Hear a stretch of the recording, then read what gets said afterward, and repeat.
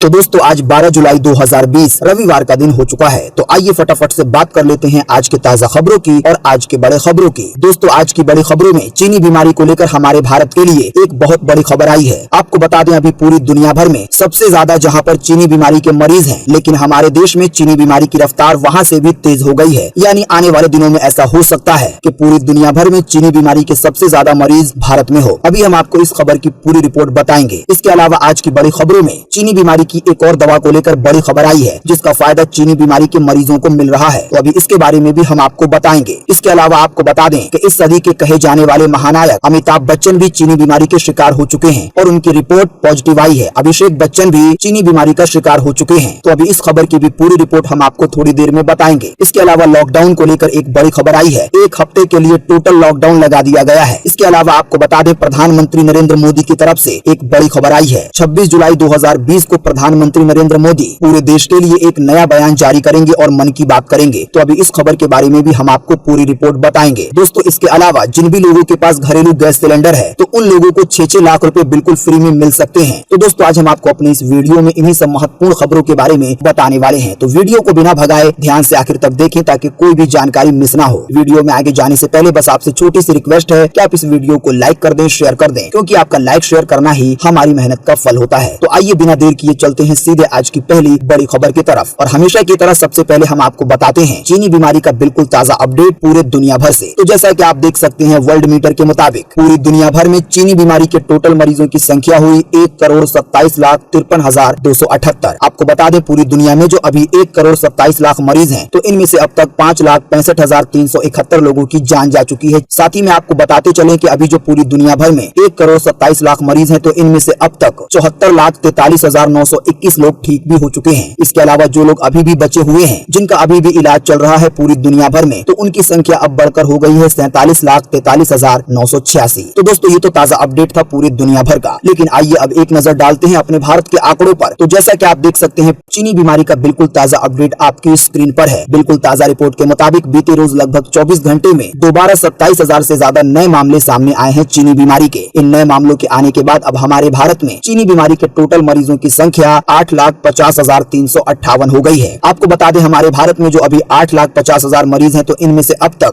22,685 लोगों की जान जा चुकी है। बीते रोज भी लगभग 540 से ज्यादा लोगों की जान गई है चीनी बीमारी से। इसके अलावा बीते रोज लगभग 24 घंटे में 19,000 से ज्यादा लोग ठीक भी हुए हैं। अभी जो हमारे देश में 8,50,000 मरीज हैं, तो इनमें से अब तक ताजा रिपोर्ट के मुताबिक 5,36,231 लोग ठीक हो चुके हैं। इसके अलावा अब जो लोग बचे हैं, यानी जिन लोगों का इलाज चल रहा है, तो उनकी संख्या अब हमारे भारत में है 2,91,060। बात करेंगे आज के अगले बड़े खबर की। तो भारत में चीनी बीमारी की रफ्तार दुनिया के सबसे प्रभावित अमेरिका, ब्राजील से भी है ज्यादा तेज। दोस्तों अगर आपको पता नहीं है तो हम आपको बता दें कि इस पूरी दुनिया भर में जितने भी देशों में चीनी बीमारी फैली हुई है, तो उनमें नंबर 1 पर चीनी बीमारी के मामले में यूएसए यानी कि अमेरिका है। ताजा रिपोर्ट के मुताबिक अकेले अमेरिका में 33 लाख से ज्यादा चीनी बीमारी के मरीज हैं। इसके अलावा ब्राजील में 18 लाख से ज्यादा चीनी बीमारी के मरीज हैं। वहीं तीसरे नंबर पर पूरी दुनिया में हमारा भारत आता है, जहाँ पर 8,50,000 से ज्यादा चीनी बीमारी के मरीज हैं। लेकिन आपको बता दें कि हमारे भारत में जिस रफ्तार से चीनी बीमारी के मरीज मिल रहे हैं, तो वो यूएसए और ब्राजील से भी ज्यादा है। और इसी तरह की स्थिति अगर आने वाले दिनों में रही, तो हमारा भारत चीनी बीमारी के मामले में इन दोनों देशों से आगे जा सकता है, जो कि बहुत ज्यादा बुरा होगा। इसीलिए आप सावधानी बरतें। दोस्तों हम आपको हमेशा ही चीनी बीमारी से जुड़ी हुई खबरें सबसे पहले इसीलिए बताते हैं क्योंकि ये आपकी और हमारी सेहत की बात होती है। साथ में हम ये भी चाहते हैं कि आप इस वीडियो को, इस तरह की खबरों को अपने रिलेटिव में, फेसबुक पर, व्हाट्सएप पर आप जो भी चीजें चलाते हैं वहाँ पर शेयर करें, क्योंकि सभी लोगों को पता चलेगा, तभी हम चीनी बीमारी को मिलकर हरा पाएंगे। खैर चलिए चलते हैं आज की अगली बड़ी खबर की तरफ। तो जैसा कि आप देख सकते हैं कि कोरोना वीर के नाम से आ गई चीनी बीमारी की नई दवा। जी हाँ, जैसा कि आप जानते हैं कि चीनी बीमारी से इस समय पूरी दुनिया प्रभावित है। आपको बता दें इसी कड़ी में एक खबर आई है कि रूस की फार्मा कंपनी आर फार्मा ने चीनी बीमारी के इलाज के लिए एक नई दवा तैयार की है। ये एक नई दवा एंटीवायरल है जिसका नाम कोरोना वीर है। ताजा रिपोर्ट के मुताबिक क्लिनिकल ट्रायल के बाद इस दवा को चीनी बीमारी के मरीजों के इलाज के लिए इस्तेमाल करने की अनुमति मिल गई है। यानी रूस में चीनी बीमारी के मरीजों को ये दवा दी जाएगी। दोस्तों इस दवा से अगर बहुत अच्छा फायदा होता है तो आने वाले दिनों में इससे दूसरे देशों का भी फायदा हो सकता है। बात करेंगे आज के अगले बड़े खबर की। तो चीनी बीमारी पर बड़ा खुलासा। हांगकांग से भागकर अमेरिका पहुंची विशेषज्ञों ने कहा कि चीन ने छिपाई है जानकारी। जी हाँ, वैश्विक महामारी चीनी बीमारी से, जैसा कि अभी हमने आपको बताया कि पूरी दुनिया परेशान है। आपको बता दें ये चीनी बीमारी चीन से आई है और कई सारे देशों ने चीन पर इस बात के आरोप भी लगाए हैं। आपको बता दें फिर से एक बार चीन बेनकाब हुआ है और चीनी बीमारी को लेकर एक बहुत बड़ा खुलासा हुआ है। दरअसल हांगकांग से जान बचाकर अमेरिका पहुंची एक वायरोलॉजिस्ट ने खुलासा किया है कि चीनी बीमारी के बारे में चीन काफी पहले से जानता था। उसने जब दुनिया को इस बारे में बताया, उससे पहले ही चीन को इस चीनी बीमारी की जानकारी थी, लेकिन पूरी दुनिया से चाइना ने इस बात को छुपाया। दोस्तों, आपको साथ ही में बताते चले कि अभी हाल ही में अमेरिका की तरफ से ये बयान दिया गया था कि अगर चाइना ने ये जानबूझकर किया होगा तो इसके लिए चाइना को बड़े ही खतरनाक परिणाम भुगतने होंगे। बात करेंगे आज के अगले बड़े खबर की, तो अमिताभ बच्चन को भी हुई चीनी बीमारी। पहले से भी है लीवर के बीमारी के शिकार, अस्पताल में हुए भर्ती। जी हाँ, बॉलीवुड अभिनेता अमिताभ बच्चन भी चीनी बीमारी की चपेट में आ गए हैं। उनकी रिपोर्ट पॉजिटिव आई है। इसकी जानकारी अमिताभ बच्चन ने खुद ट्वीट करके दी है। वहीं अब खबर आ रही है कि उनके पुत्र यानी कि अभिनेता अभिषेक बच्चन की भी रिपोर्ट पॉजिटिव आ गई है। अमिताभ बच्चन को मुंबई के नानावती अस्पताल में भर्ती कराया गया है। हालांकि अभी डॉक्टरों के मुताबिक उनकी हालत ठीक है। रिपोर्ट पॉजिटिव आने के बाद उनके परिवार और भी जो लोग घर में रहते हैं काम वगैरह करने वाले, तो उन सभी का टेस्ट किया जाएगा और उनकी अभी रिपोर्ट आना बाकी है। आपको बता दें, जैसे ही लोगों को पता चला कि अमिताभ बच्चन भी चीनी बीमारी का शिकार बन गए हैं, तो बड़े बड़े सितारों से लेकर जो आम आदमी है वो उनके लिए दुआएं कर रहे हैं और सोशल मीडिया पर एक तरीके से दुआओं की बारिश आ गई है। तो दोस्तों, हम भी आपसे कहना चाहेंगे कि अगर आप अमिताभ बच्चन के बारे में, उनकी सेहत के बारे में कुछ कहना चाहते हैं तो इसी वीडियो के नीचे कमेंट बॉक्स में जरूर लिखें। बात करेंगे आज के अगले बड़े खबर की, तो बेंगलुरु में एक हफ्ते के लिए टोटल लॉकडाउन। इन राज्यों में भी लगी है पाबंदियां। जी हाँ, भारत में चीनी बीमारी के जैसा कि हमने आपको बताया कि 8 लाख से ज्यादा केसेस हो चुके हैं। भारत के कुछ राज्यों की स्थिति अब बहुत ज्यादा डामाडोल दिख रही है। देश एक ओर जहां अनलॉकिंग दिशा में बढ़ रहा है, यानी सभी चीजें खोली जाएं, वहीं कुछ राज्यों के हालात उन्हें फिर से लॉकडाउन की तरफ धकेल रहे हैं। कर्नाटक, महाराष्ट्र, मेघालय, असम, तमिलनाडु, गुजरात जैसे राज्यों के आंकड़े चिंता का सबब बने हुए हैं। प्रधानमंत्री नरेंद्र मोदी ने एक उच्च स्तरीय बैठक की, जिसमें सभी राज्यों को रियल टाइम में चीनी बीमारी को लेकर क्या हो रहा है उसकी जानकारी देने के लिए कहा है। फिलहाल आपको बता दें कि देश के कई राज्यों में अलग अलग इलाकों में अगले हफ्ते लॉकडाउन रखने का फैसला लिया गया है, जिनमें अरुणाचल प्रदेश, मेघालय, महाराष्ट्र, असम, नागालैंड, उत्तराखंड और कर्नाटक शामिल है। इसके अलावा बेंगलुरु में एक हफ्ते के लिए टोटल लॉकडाउन लगाया गया है। आपको बता दें, ये पहले की तरह सख्त लॉकडाउन होगा। बस जरूरी सामान के लिए, जरूरी काम के लिए आप घर से बाहर निकल सकेंगे। दोस्तों, आने वाले दिनों में जहां जहां पर भी हालात बद से बदतर होते जाएंगे चीनी बीमारी को लेकर, तो वहां पर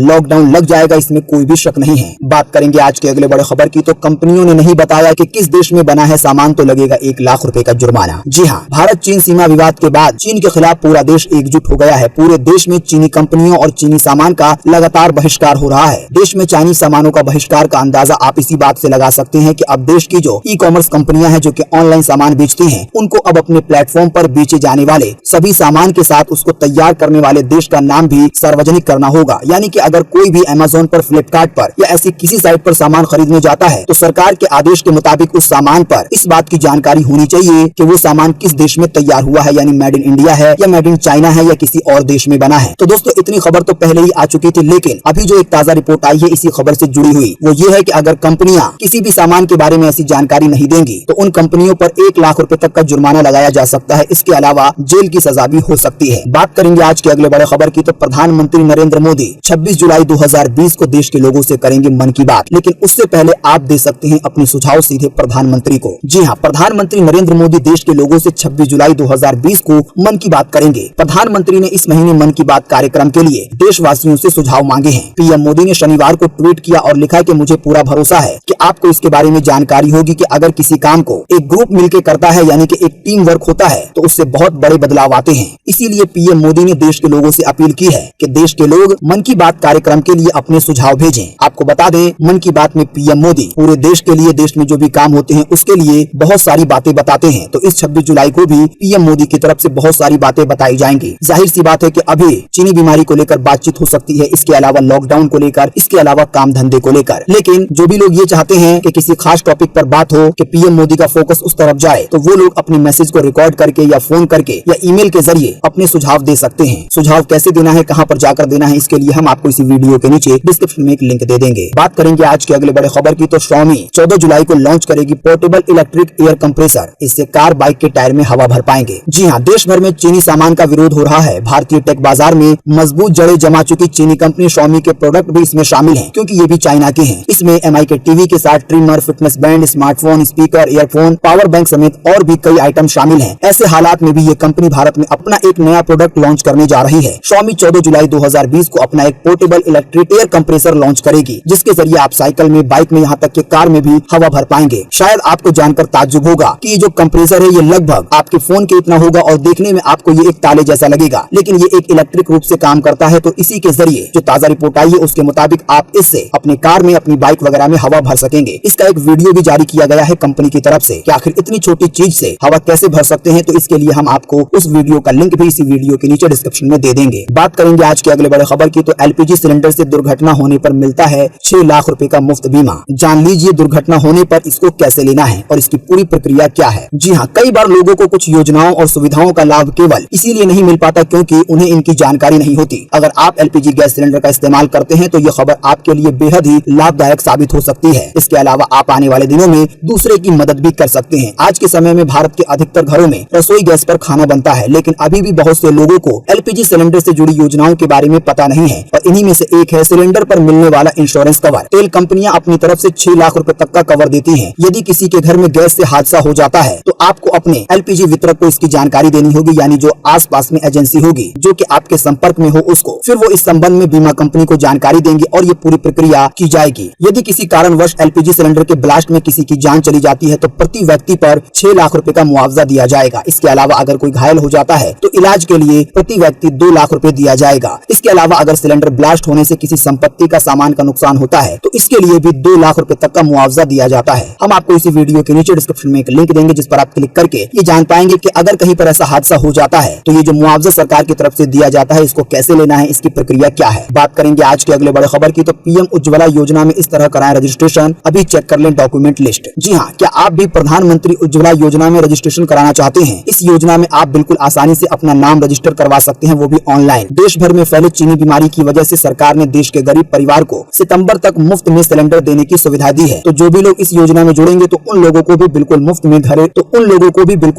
घरेलू गैस सिलेंडर मिलने लगेगा। कोई भी बीपीएल परिवार की महिला इसमें आवेदन कर सकती है। एक आर्टिकल आया है जिसमें डॉक्यूमेंट की सारी लिस्ट दिखाई गई है कि आपको इस योजना में हिस्सा लेने के लिए कौन कौन से प्रूफ देने होंगे और ये काम आप घर बैठे कर सकते हैं। इसके लिए हम आपको इसी वीडियो के नीचे डिस्क्रिप्शन में एक लिंक दे देंगे। बात करेंगे आज के अगले बड़े खबर की, तो दिल्ली में इन यूनिवर्सिटी में अब नहीं होंगे पेपर, सीधे मिलेगी डिग्री। जी हाँ, दिल्ली की स्टेट यूनिवर्सिटी के छात्रों के लिए राहत की खबर है। चीनी बीमारी के कारण दिल्ली सरकार ने उसके तहत आने वाले सभी कॉलेज और विश्वविद्यालयों के पेपर रद्द कर दिए हैं। इन कॉलेज के अंतिम साल के छात्रों को इस बार बिना पेपर के ही डिग्री दे दी जाएगी। इसके अलावा दिल्ली सरकार के कॉलेजों में इस बार सेमेस्टर पेपर भी नहीं होंगे। वहीं केंद्रीय विश्वविद्यालयों में सेमेस्टर पेपर के लिए यूजीसी ने 30 सितंबर की तारीख तय की है। जो केंद्रीय विश्वविद्यालय हैं उनके सेमेस्टर पेपर की बात हो रही है। ताजा रिपोर्ट के मुताबिक चीनी बीमारी के कारण फर्स्ट ईयर, सेकेंड ईयर और फाइनल ईयर के सभी पेपर रद्द कर दिए गए हैं। बिना कोई लिखित परीक्षा के पुराने रिजल्ट के आधार पर या पुराने सेमेस्टर के नतीजों के आधार पर छात्रों को अगले सेमेस्टर में प्रमोट कर दिया जाएगा। जो फाइनल ईयर के छात्र हैं तो उनको बिना किसी परीक्षा के अब डिग्री मिल जाएगी। बात करेंगे आज के अगले बड़े खबर की, तो एसबीआई ने पेन ड्राइव के इस्तेमाल पर किया सतर्क। इन बातों का ध्यान रखना है जरूरी। जी हाँ, भारत के सबसे बड़े बैंक ने बैंक ग्राहकों को पेन ड्राइव के इस्तेमाल को लेकर चेतावनी जारी की है और आगाह किया है। जो भी लोग पेन ड्राइव का इस्तेमाल करते हैं या कार्ड रीडर के साथ मेमोरी कार्ड का इस्तेमाल करते हैं अपने फोन में, अपने कंप्यूटर में, तो पेन ड्राइव और कार्ड रीडर वगैरह का इस्तेमाल करते समय आपको सावधानी बरतनी होगी। जिस भी पेन ड्राइव में अगर कोई वायरस होगा तो इससे आपकी डिटेल चोरी हो सकती है और इससे आपके बैंक खाते पर असर पड़ सकता है और उसके पैसे भी चुराए जा सकते हैं। इसीलिए जो उपाय बताए गए हैं वो ये है कि आप कोई भी अगर यूएसबी डिवाइस लगाते हैं तो उसको पहले एंटीवायरस से स्कैन करें और उस पर पासवर्ड लगा कर रखें। इसके अलावा अगर आप अपने